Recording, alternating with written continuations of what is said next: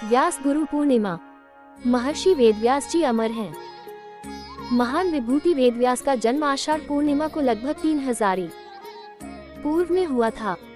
महर्षि व्यास का पूरा नाम कृष्ण विपान है। उन्होंने वेदों का विभाग किया, इसलिए उनको व्यास या वेदव्यास कहा जाता है। उनके पिता महर्षि पराशर तथा माता सत्यवती है।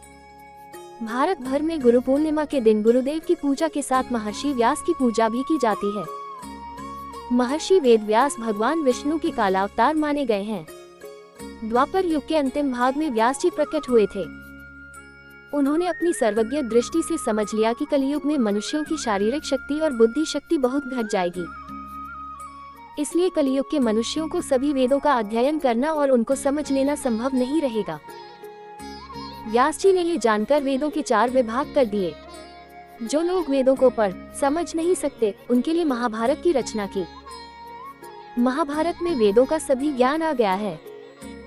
धर्मशास्त्र, नीतिशास्त्र, उपासना और ज्ञान विज्ञान की सभी बातें महाभारत में बड़े सरल ढंग से समझाई गई हैं। इसके अतिरिक्त पुराणों की अधिकांश कथाओं द्वारा हमारे देश, समाज तथा धर्म का पूरा इतिहास महाभारत में आया है।